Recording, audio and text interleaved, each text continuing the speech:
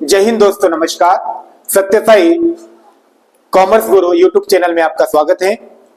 आज हम वीडियो लेके आए हैं एमपी बोर्ड से जो कक्षा 12वीं के अकाउंटेंसी मतलब बही खाते का जो सब्जेक्ट है उसका अध्ययन कर रहे हैं, एमपी बोर्ड की परीक्षा की तैयारी कर रहे हैं। उन बच्चों के लिए हमने विशेषकर जो हिंदी मीडियम के बच्चे हैं उनके लिए हमने आज का वीडियो लेके आया है। और आज हम इस वीडियो के अंतर्गत अध्ययन करेंगे बच्चों, पहली जो हमारी कक्षा 12वीं की पहली जो यूनिट है, पहली इकाई है साझेदारी का लेखांकन। इसका जो आधारभूत अवधारणाएं हैं मतलब बेसिक कॉन्सेप्ट, उसको आज क्लियर करने वाले हैं। तो इस वीडियो से आपको अत्यधिक मदद मिलेगी परीक्षा में, तो मेरे वीडियो को अंत तक ध्यान से देखिए। तो चलो हम आज वीडियो शुरू करते हैं और आज हम अध्ययन करेंगे कक्षा 12वीं अकाउंटेंसी के फर्स्ट यूनिट का जो है साझेदारी लेखांकन। तो आज हम क्या कवर करने वाले हैं बच्चों, वो बता देता हूं। आज हम इसमें साझेदारी का अर्थ कवर करेंगे, उसकी परिभाषा कवर करेंगे, साझेदार क्या होता है, साझेदारी फर्म क्या होती है, साझेदारी की विशेषताएं क्या हैं, साझेदार के क्या अधिकार है, साझेदारी सल्लेख क्या होता है, साझेदारी सल्लेख में कौन सी बातें बच्चों लिखी जा सकती है, और यदि साझेदारों के बीच में समझौता नहीं हुआ मतलब साझेदारी सल्लेख के अभाव में कौन से नियम लागू होते हैं, लाभ हानि नियोजन खाता क्या होता है, स्थायी पूंजी खाता और परिवर्तनशील पूंजी खाता क्या होता है, ये सबको इन सभी को हम आज की वीडियो में कवर करेंगे। तो बिना देर के बच्चों हम शुरू करते हैं कि साझेदारी क्या होती है। तो पहले बच्चों ये समझो कि साझेदारी का जो निर्माण या इन्वेंशन ही क्यों हुआ। तो एकल व्यापार मीन सोल प्रोप्राइटरशिप में कुछ लिमिटेशन थे, कुछ दोष थे। उस दोषों को दूर करने के लिए हमने साझेदारी व्यवसाय का निर्माण किया है। इस साझेदारी व्यवसाय में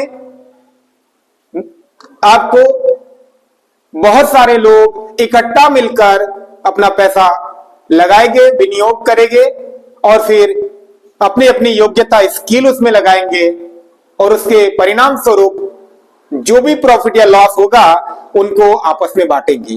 मतलब साझेदारी का निर्माण क्यों हुआ बच्चों? तो साथ मिलकर व्यापार करना है, सब साथ मिलकर अपनी पूंजी लगाना है और अपने पास जो भी स्किल्स है उसको लगाना है, योग्यता लगाना है और उससे जो व्यापार करना है और बड़ा बड़ा लाभ कमाना है और उस लाभ को फिर आपस में बांटना है। तो देखो, साझेदारी में कम से कम बच्चों 2 व्यक्ति होना चाहिए और साझेदारों के बीच में बच्चों समझौता होना चाहिए और साझेदारों के बीच में लाभ विभाजन होना चाहिए। सभी साझेदार अपनी अपनी पूंजी योग्यता लगाएंगे और उसके परिणाम स्वरूप जो भी लाभ या हानि होगी बच्चों उसको आपस में बांटेंगे। तो ऐसा जो व्यवसाय होता है उसे हम बच्चों साझेदारी कहते हैं। तो पहला प्रश्न है हमारा बच्चों कि साझेदारी किसे कहते हैं, मतलब साझेदारी की मीनिंग। तो जब 2 या 2 से अधिक व्यक्ति किसी समझौते के अनुसार वैधानिक व्यापार का संचालन करते हैं, अपनी अपनी पूंजी एवं योग्यता लगाते हैं और इसके परिणाम स्वरूप जो भी लाभ या हानि होती है बच्चों उसको आपस में बांटते हैं, तो ऐसे व्यवसाय को हम साझेदारी कहते हैं। फिर से अर्थ एक बार समझो, जब 2 या 2 से अधिक व्यक्ति किसी समझौते के अनुसार वैधानिक व्यापार का संचालन करते हैं, अपनी अपनी पूंजी एवं योग्यता लगाते हैं और इसके परिणाम स्वरूप लाभ या हानि को आपस में बांटते हैं, तो ऐसे व्यवसाय को हम साझेदारी का व्यवसाय कहते हैं। तो बच्चों समझ में आ गया साझेदारी किसे कहते हैं। अब हम इसके परिभाषा पे जाएंगे। कोई भी एक परिभाषा बच्चों हमें याद करना है। जब अर्थ पूछेंगे तो हमें परिभाषा लिखना है ताकि हमारा अंकिंग अच्छा हो हमारे एग्जाम में। तो इसलिए हम एक परिभाषा और अच्छी परिभाषा जो है, प्रॉपर परिभाषा डेफिनेशन जो दे रखी है वो है साझेदारी अधिनियम 1932 की धारा 4 के अनुसार। तो क्या कहा उस परिभाषा में कि साझेदारी उन व्यक्तियों के बीच पारस्परिक संबंध है जो उन सब के द्वारा या बच्चों उन सब की ओर से किसी एक व्यक्ति द्वारा संचालित व्यापार का लाभ आपस में बांटने के लिए सहमत होते हैं। तो ये परिभाषा है भारतीय साझेदारी अधिनियम 1932 की धारा 4 के अनुसार। आप इसे अच्छे से याद कर लीजिएगा। अब हम देखते हैं कि जो साझेदारी में जो अधिनियम लागू होता है बच्चों, अक्सर ये पूछ लेते हैं कि साझेदारी में कौन सा माने पार्टनरशिप में कौन सा एक्ट फॉलो हो रहा है, तो होता है भारतीय साझेदारी अधिनियम 1932। मतलब साझेदारी अधिनियम बना भारत में, हमारे इंडिया में 1932 में। अब देखते बच्चों कि साझेदार होता क्या है। तो देखो बच्चों, जो भी व्यक्ति मिलकर व्यवसाय करते हैं वो व्यवसाय साझेदारी का कहलाता है। तो बच्चों, साझेदारी फर्म में जो साझेदार है माने जो व्यक्ति है वो व्यक्तिगत रूप से माने पर्सनली व्यक्तिगत रूप से साझेदार कहलाता है।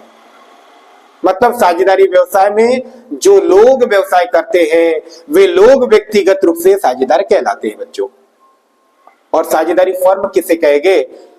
कई बार हम देखते हैं कि साझेदारी फर्म होता क्या है। तो बच्चों देखो, जो सभी साझेदार है वो आपस में संयुक्त रूप से उन्हें हम साझेदारी फर्म कहेंगे। मतलब किसी संस्था में 5 साझेदार है, ए बी सी डी और ई बच्चों, तो ये व्यक्तिगत रूप से साझेदार है, बी भी व्यक्तिगत रूप से साझेदार है। लेकिन यदि साझेदारी फर्म बोलेंगे तो A B C D E पांचों मिलके पांचों को हम नाम देंगे, उस नाम को बोलेंगे साझेदारी फर्म। तो साझेदार किसे कहते हैं वो भी हमने समझ लिया बच्चों, और साझेदारी फर्म क्या होती है उसको भी समझा।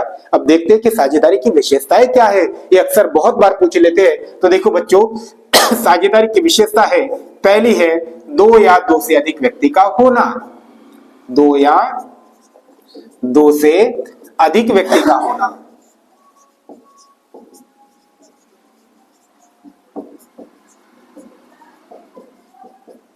मतलब सुनो बच्चों कि साझेदारी में कम से कम 2 व्यक्ति होना चाहिए।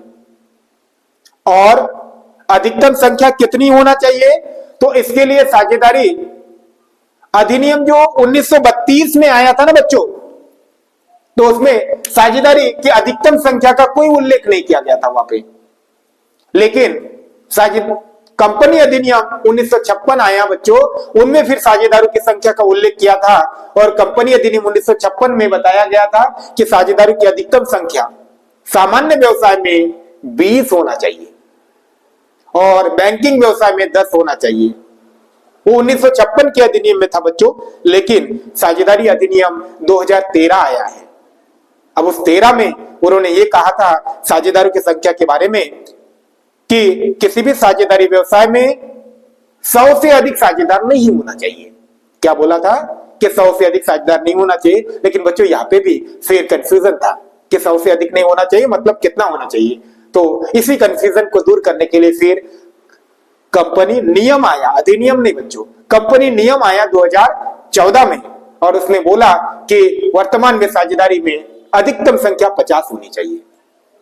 तो इसमें क्या लिखेंगे बच्चों? 2 या 2 से अधिक व्यक्ति का होना में कि किसी भी साझेदारी व्यवसाय में कम से कम 2 साझेदार होना चाहिए और अधिकतम संख्या कंपनी नियमन 2014 के अनुसार 50 तक सीमित होनी चाहिए। तो ये हो गया आपकी पहली विशेषता। दूसरी विशेषता बच्चों इसमें देखोगे कि समझौता क्या होता बच्चों? समझौतों को हम अनुबंध कहते हैं, ठहराव भी कहते हैं, इंग्लिश में इसको एग्रीमेंट कहते हैं बच्चों। तो देखो, समझौता का मतलब है कि सभी जो साझेदार है बच्चों वो आपस में एक जगह बैठकर हमारे साझेदारी व्यवसाय के बारे में सारी बातें तय करेंगे, उसके व्यवसाय के बारे में नियम और किस प्रकार से उस व्यवसाय को संचालित करना है बच्चों उनको तय करेंगे कि भाई कितने साझेदार होंगे, कौन सा साझेदार कितनी कैपिटल इन्वेस्ट करेगा, भविष्य में लाभ हानि को कैसा बांटेंगे। ये सारी बातें जब वो तय करते हैं आपस में बैठकर, तो उस बात को बच्चों हम कहते हैं समझौता, ठहराव या अनुबंध। लेकिन सुनो बच्चों, जो समझौता, ठहराव या अनुबंध ये लिखित भी हो सकता है और मौखिक भी, दो प्रकार का होता है। तो हम इसमें क्या लिखेंगे बच्चों कि साझेदारी व्यवसाय में साझेदारों के बीच में समझौता होना चाहिए, और समझौता बच्चों लिखित भी हो सकता है और मौखिक भी हो सकता है, किंतु मौखिक समझौते को श्रेष्ठ मानते हैं, क्योंकि हमें पता है बच्चों जो बात लिखित है वो श्रेष्ठ होगी। मौखिक समझौते को नहीं मानेंगे बच्चों श्रेष्ठ, किसको मानेंगे? लिखित समझौते को श्रेष्ठ मानेंगे, क्योंकि मौखिक बात को हम मुकर सकता है। हमने किसी ने बोला बच्चों कि हाँ, कहते अक्सर हमें कि आपको जब भी जरूरत पड़ी हमें याद कर लेना, और जब हमें जरूरत पड़ती है और हमको बोलते कि भाई साहब आपकी जरूरत है, कुछ पैसे पानी का जुगाड़ करोगे, तो बोलते भैया माफ करना, अभी ना मेरे ऊपर ही अभी कड़की चल रही है। तो मतलब क्या है कि जो मौखिक बातें थी उसका कोई भरोसा नहीं बच्चों। तो इसीलिए समझौता लिखित होना चाहिए। क्यों? क्योंकि लिखित समझौता बच्चों भविष्य में विवाद होने पर साक्ष्य का काम करता है। तो फिर समझौता होना चाहिए। तीसरी विशेषता बच्चों वैध व्यापार, मतलब साझेदारी का जो व्यवसाय ना बच्चों कानून के अनुसार वैध होना चाहिए। मतलब देश का कानून जो व्यवसाय को करने की हमें इजाजत देता है, परमिशन देता है, वही व्यवसाय हमें करना चाहिए। तो वैध व्यवसाय में लिखेंगे कि साझेदारों के बीच में जो समझौता होता है वो वैधानिक व्यवसाय के लिए होना चाहिए, अवैधानिक व्यवसाय के लिए नहीं होना चाहिए बच्चों। वैधानिक व्यवसाय का मतलब है जिस व्यवसाय को देश के कानून से परमिशन हो, मान्यता हो। चौथी विशेषता बच्चों कि लाभ विभाजन, लाभ हानि का विभाजन, मतलब साझेदारी का जन्म ही बच्चों लाभ कमाकर आपस में बांटने के लिए हुआ है। तो यदि किसी साझेदारी में लाभ विभाजन नहीं होगा बच्चों तो क्या होगा? उसे हम साझेदारी नहीं कह सकते, क्योंकि हमने साझेदारी का निर्माण क्यों किया है कि वे सारे लोग मिलेंगे, अपने अपने कैपिटल इन्वेस्ट करेंगे और जो लाभ होगा सब बांट लेंगे। और यदि व्यवसाय में यदि लाभ विभाजन नहीं हो रहा है तो फिर हम उस व्यवसाय को साझेदारी नहीं कह सकते बच्चों। अब पांचवी विशेषता इसमें असीमित दायित्व,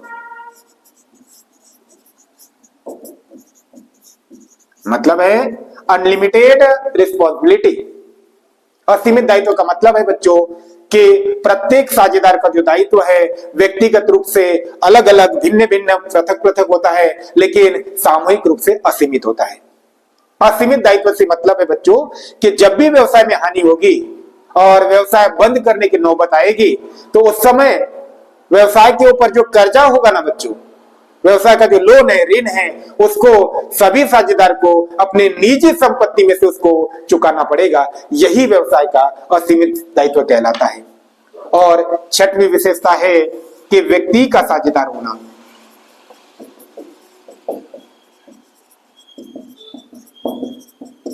सुनो बच्चों, साझेदारी अधिनियम में यह स्पष्ट किया गया है कि यदि साझेदार बनाना है तो उस व्यक्ति में अनुबंध करने की क्षमता होनी चाहिए बच्चों।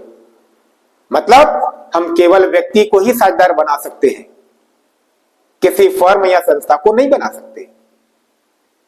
नहीं तो ये गणेश बैठा हुआ है यहाँ पे बच्चा और ये सोचेगा कि सर जी आप कोई साझेदारी का बिजनेस करोगे ना तो मुझे नहीं, मेरे यहाँ ना अच्छा डॉगी है, उस डॉगी को, मेरे के कुत्ते को पार्टनर बना लेना। ना बच्चों, हम किसी कुत्ते को कैसे पार्टनर बनाएंगे? क्यों? क्योंकि उसमें एग्रीमेंट करने की कैपेसिटी है क्या? नहीं, समझौता करने की क्षमता नहीं है। इसलिए केवल हम व्यक्ति को ही साझेदार बना सकते हैं। और भी बहुत सारी साझेदारी की विशेषताएं हैं, लेकिन ये 5 विशेषताएं आपके लिए पर्याप्त है। पहला है 2 या 2 से अधिक व्यक्ति का होना, मतलब किसी भी साझेदारी व्यवसाय में कम से कम 2 व्यक्ति होना चाहिए और अधिकतम संख्या भारतीय कंपनी नियमन 2014 के अनुसार 50 होनी चाहिए। दूसरा बच्चों समझौता, अनुबंध या ठहराव, साझेदारों के बीच में समझौता होना अनिवार्य है, आवश्यक है। समझौता लिखित भी हो सकता है और मौखिक भी। किंतु लिखित समझौते को श्रेष्ठ मानते हैं, क्योंकि लिखित समझौता भविष्य में मतभेद होने पर या विवाद होने पर साक्ष्य का काम करता है बच्चों। तीसरी विशेषता वैध व्यापार। साझेदारों के बीच में जो भी समझौता होता है वो वैध या वैधानिक व्यापार के लिए के संचालन के लिए होना चाहिए, अवैधानिक व्यापार के संचालन के लिए नहीं बच्चों। वैधानिक व्यापार का मतलब है उस व्यापार को उस देश के कानून के द्वारा परमिशन होना चाहिए। फिर लाभ विभाजन, तो साझेदारी का जन्म ही लाभ कमाकर आपस में बांटने के लिए हुआ बच्चों, इसीलिए साझेदारी के व्यवसाय में लाभ विभाजन होना चाहिए, तभी उसको हम साझेदारी कहेंगे। और जिस व्यवसाय में लाभ विभाजन नहीं होगा उस व्यवसाय को हम साझेदारी का व्यवसाय नहीं कह सकते। फिर असीमित दायित्व। असीमित दायित्व का मतलब है साझेदारी की विशेषताएं एकल व्यापार के समान ही कि इसमें साझेदार का जो प्रत्येक साझेदार का दायित्व व्यक्तिगत रूप से अलग अलग होता है, किंतु सामूहिक रूप से असीमित होता है। असीमित दायित्व का मतलब होता है बच्चों कि जब भी व्यवसाय में हानि होगी और व्यवसाय को बंद करने की नौबत आएगी तो उस समय व्यवसाय के कर्जे को चुकाने के लिए प्रत्येक साझेदार की व्यक्तिगत संपत्ति का उपयोग किया जा सकता है, वो असीमित दायित्व कहलाता है। और व्यक्ति का साझेदार होना मतलब किसी भी साझेदारी फर्म में केवल व्यक्ति ही साझेदार बन सकता है, कोई फर्म या संस्था नहीं बन सकती है। तो बच्चों ऑफलाइन के बच्चों आपको समझ में आ रहा गणेश? हाँ, अब हमने देखा बच्चों साझेदारी किसे कहते हैं, साझेदारी की परिभाषा देख ली, साझेदार क्या होता है, साझेदारी फर्म क्या होती है और साझेदारी की विशेषताएं। अब बच्चों हमें देखना है साझेदारी सल्लेख क्या होता है। साझेदारी सल्लेख, तो साझेदारी सल्लेख को कहते हैं पार्टनरशिप डीड। तो देखो साझेदारों के बीच में जो समझौता है ना बच्चों, मतलब समझौते का नाम ही तो सल्लेख है बच्चों। साझेदारों के बीच जो समझौता होता है उसे ही साझेदारी सल्लेख कहते हैं। लेकिन ध्यान रहे बच्चों, समझौता लिखित भी हो सकता है और मौखिक भी। मतलब जो मौखिक रूप से हम बातें तय करेंगे वो मौखिक समझौता, और जो बातें हम तय करके किसी कागज पर लिख लेंगे और सबके साइन ले लेंगे, स्टैंप लगा देंगे तो लिखित बन जाएगा। तो जो लिखित समझौता होता है उसी को हम साझेदारी सल्लेख कहते हैं। तो प्रश्न आएगा हमारे एग्जाम में कि साझेदारी सल्लेख किसे कहते हैं, उसका अर्थ क्या है, तो हम बोलेंगे कि साझेदारों के बीच में जो समझौता होता है उसे हम साझेदारी सल्लेख कहते हैं। और समझौता लिखित भी हो सकता है बच्चों और मौखिक भी, किंतु विशेषकर लिखित समझौते को ही हम साझेदारी सल्लेख कहते हैं। कोई डाउट? हाँ, तो चलो आगे बढ़ते हैं बच्चों कि साझेदारी सल्लेख में मतलब साझेदारों के बीच में जो समझौता होगा और लिखित होगा उसमें यदि हमें कौन सी बातें हम लिख सकते हैं, साझेदारी सल्लेख में कौन सी बातें। सल्लेख होता क्या है कि एक व्यापार की नियम पुस्तिका समझ लो हम सिंपल वर्ड में, कि साझेदारी के व्यवसाय किस आधार पर किया जाएगा, सब लिखित बात है। सारी बातें हम लिख लेंगे ताकि भविष्य में कोई दिक्कत ना आए, उसी को हम साझेदारी सल्लेख कहेंगे। तो साझेदारी सल्लेख में वैसे तो वो कुछ भी लिख सकते हैं, साझेदार आपस में जो भी तय करेगा बच्चों वो सारी बातें आप कागज में नोट करवा के रख सकते हैं।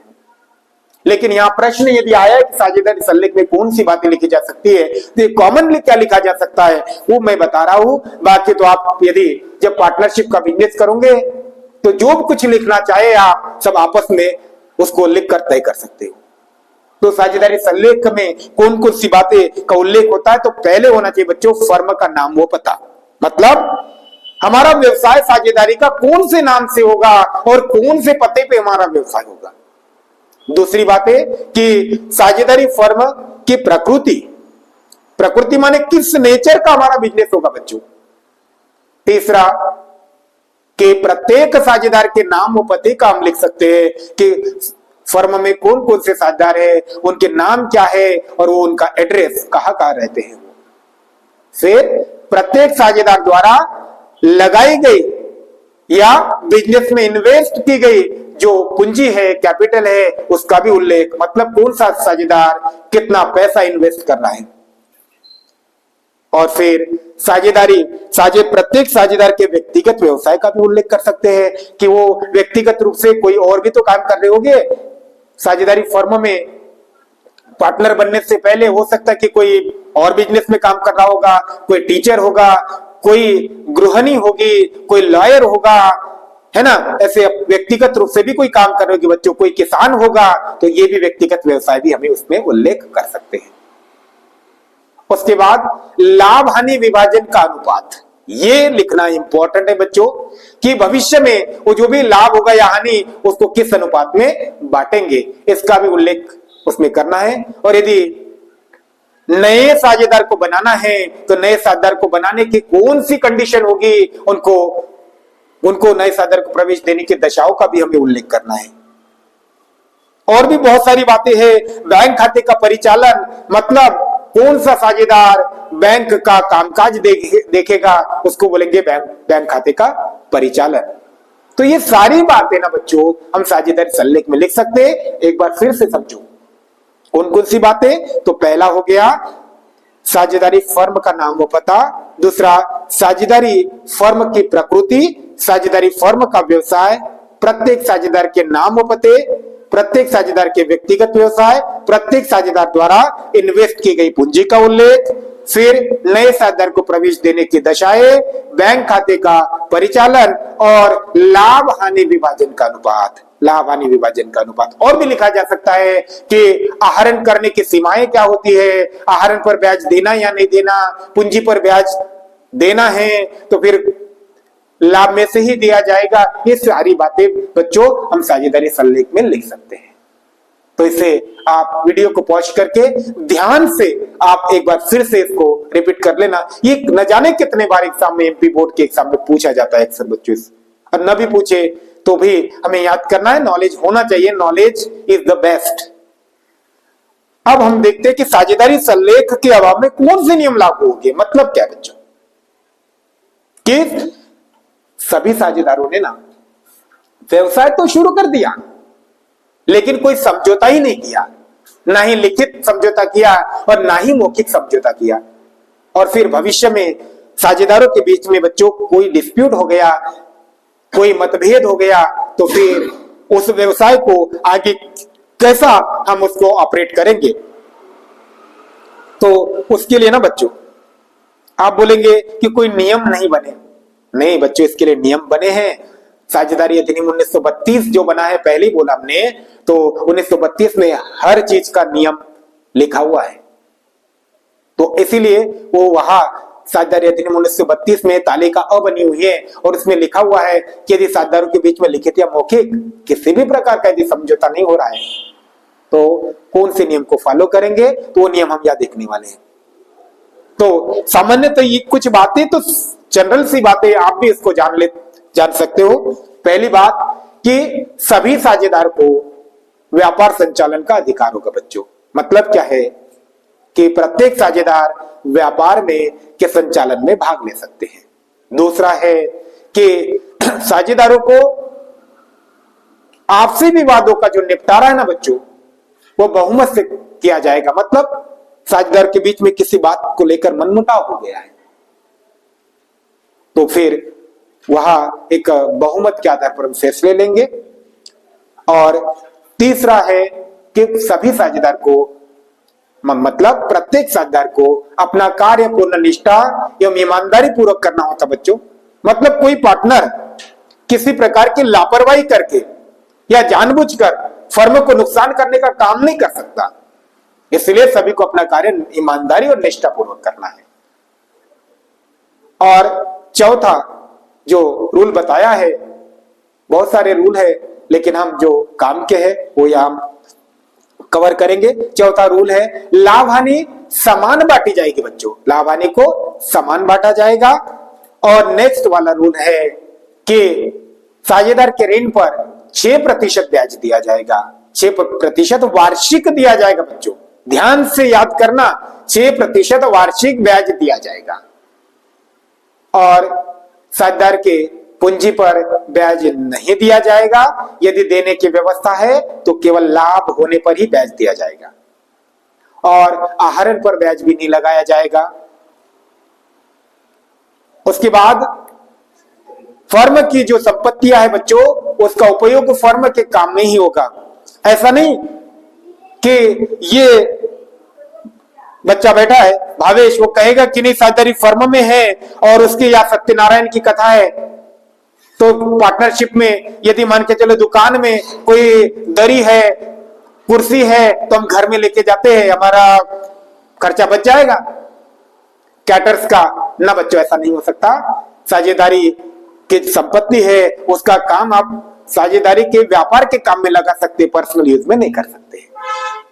और ये ध्यान से रख, ये एक और इंपॉर्टेंट रूल है बच्चों कि सभी साझेदार की सहमति के बिना, यहां बेटा बहुमत का रूल नहीं लगेगा, सभी साझेदार की सहमति के बिना नया साझेदार नहीं बनाया जाएगा।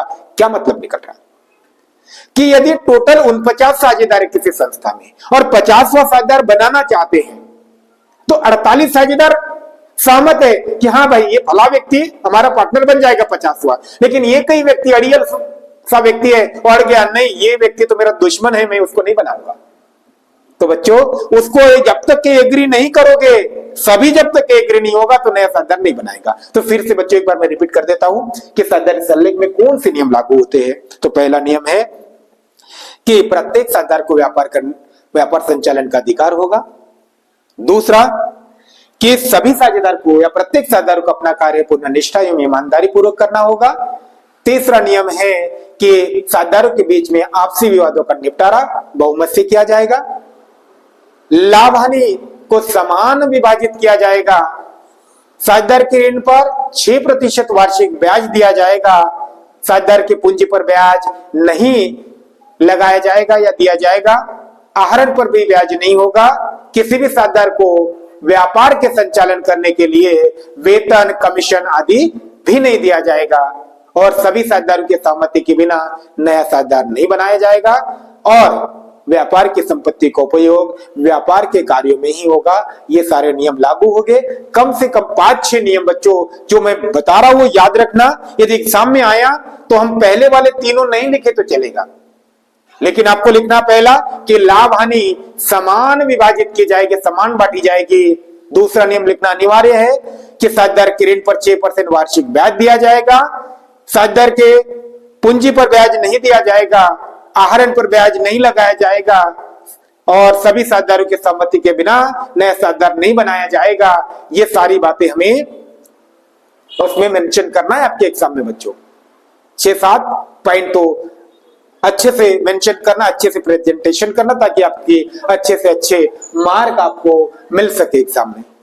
तो देखो बच्चों, अब हम आगे बढ़ते हैं और देखते हैं कि पूंजी पद्धतियां क्या होती है।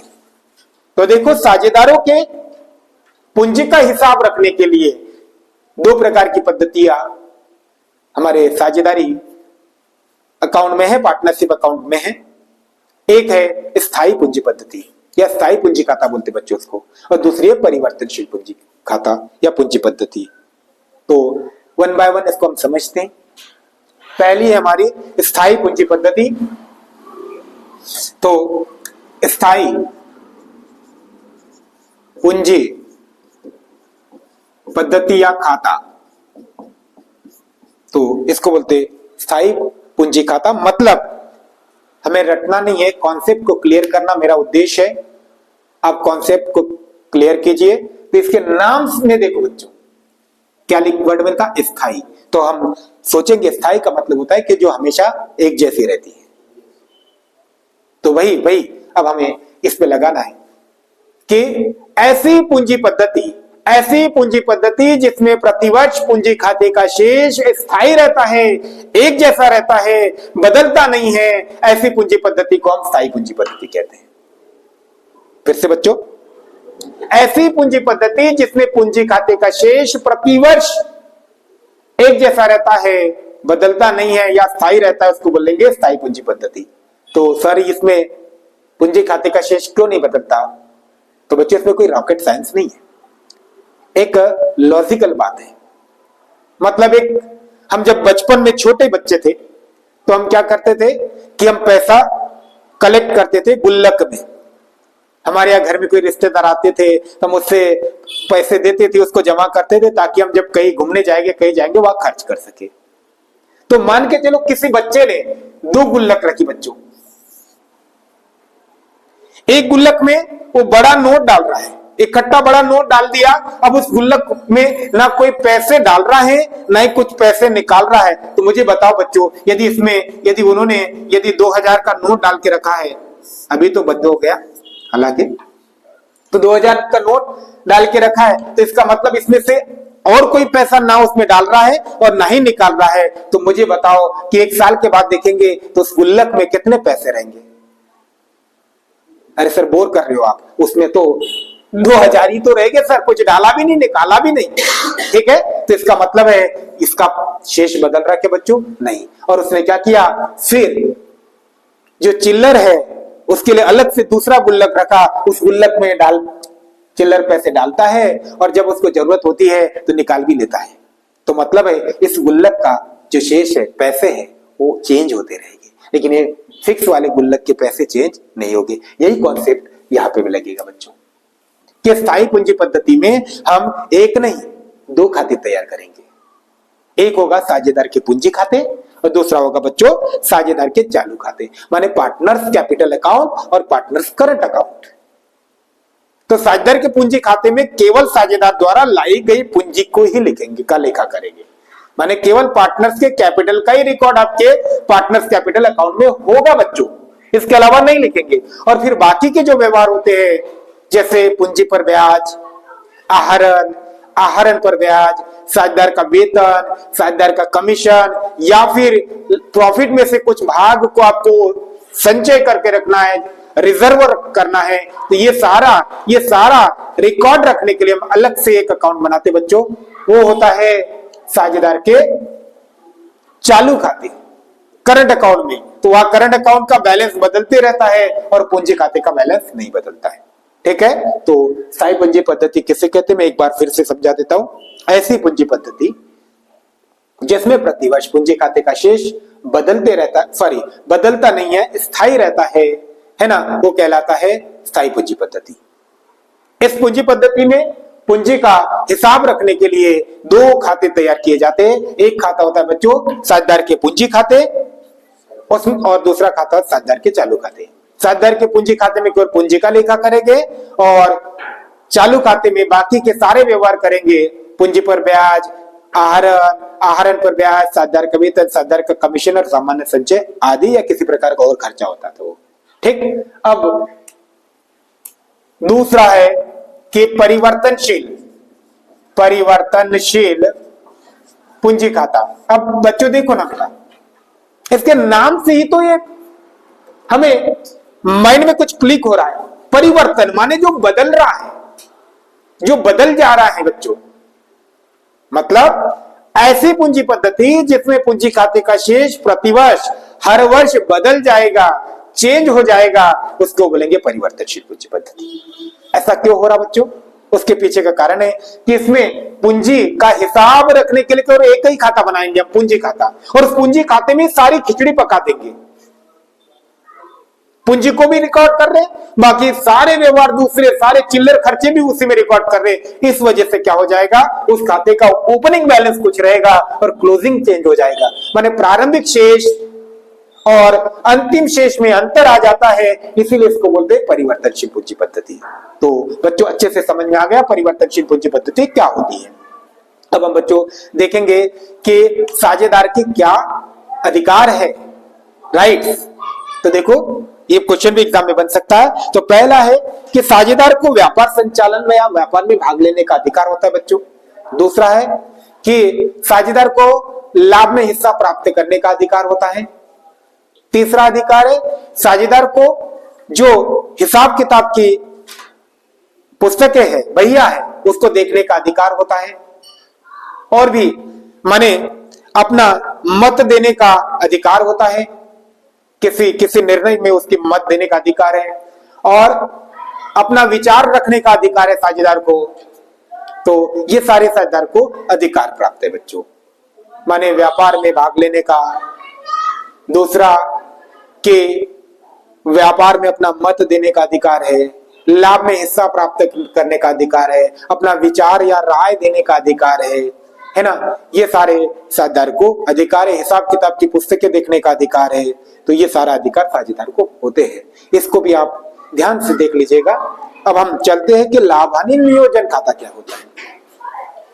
तो बच्चों देखो, लाभ हानि नियोजन खाता को अंग्रेजी में, इंग्लिश में कहते हैं बच्चों प्रॉफिट एंड लॉस अप्रोप्रिएशन या एडजस्टमेंट अकाउंट। क्या होता है, तो देखो बच्चों, ये लाभ हानि खाता बनने के बाद इस खाते को हम तैयार करते हैं। और ये खाता एकल व्यापार में नहीं बनता बच्चों। क्यों नहीं बनता?